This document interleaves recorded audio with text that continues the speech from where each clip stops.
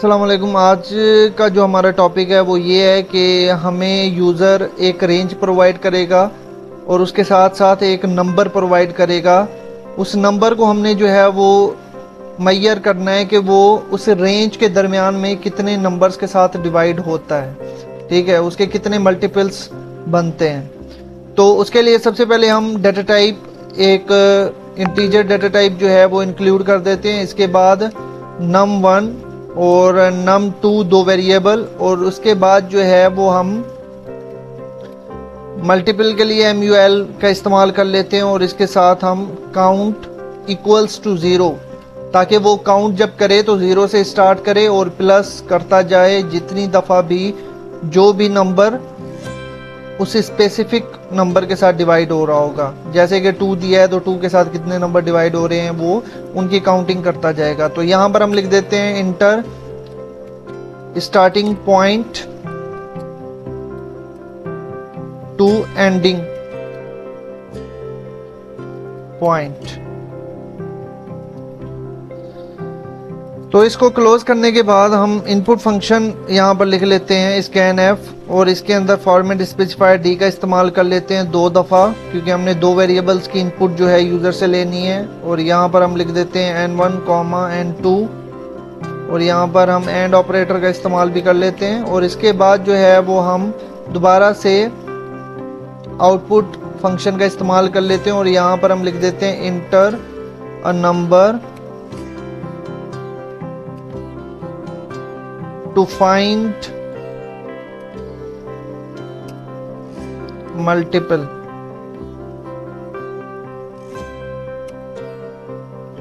ठीक है, इसके बाद जो है इसको हम क्लोज कर देते हैं और इसके बाद हम इनपुट फंक्शन का इस्तेमाल कर लेते हैं फॉर्मेट स्पेसिफायर डी।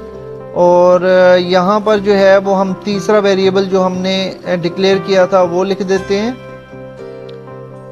तो यहाँ पर हम एक लूप लगा देते हैं, for loop int I equals to, starting point क्या थी हमारी n1, तो n1 लिख दिया हमने, और एंडिंग पॉइंट क्या थी n2, तो हम यहाँ पर लिख देते हैं i less than equals to n2। n2 से कम वैल्यू होनी चाहिए, उससे ज़्यादा नहीं जानी चाहिए या उसके बराबर होनी चाहिए। तो उसके बाद यहाँ पर हम कंडीशन लगा देते हैं कि अगर आई डिवाइड हो उस नंबर के साथ जो यूजर ने दिया है और रिमाइंडर बच जाए 0, तो वो स्टेप हमारा काउंट कर लेना। ठीक है, उस स्टेप को काउंट कर लेना कि फर्स्ट टाइम या सेकंड टाइम या थर्ड टाइम जितनी दफा भी हमारा टेबल अप्लाई हो रहा है। इसके बाद प्रिंट एफ, और यहां पर हम लिख देंगे टोटल मल्टीपल्स, और यहाँ पर इसको एंड कर देंगे।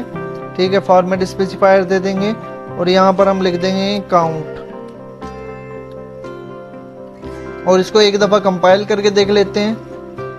कह रहा है starting point and ending point. Starting point हम दे देते हैं 4, एंडिंग पॉइंट दे देते हैं 18, और यहाँ पर कह रहे हैं inter number two find multiple. Okay, यहाँ पर हम दे देते हैं 2, तो यहाँ पर कह रहे हैं 8। अब 8 कैसे, 4 भी है जो 2 के साथ डिवाइड हो सकता है, 6 डिवाइड हो सकता है, उसके अलावा 8, 10, 12, 14, 16, इस तरह से हमारे टोटल 8 नंबर जो हैं वो 2 के साथ डिवाइड हो सकते हैं।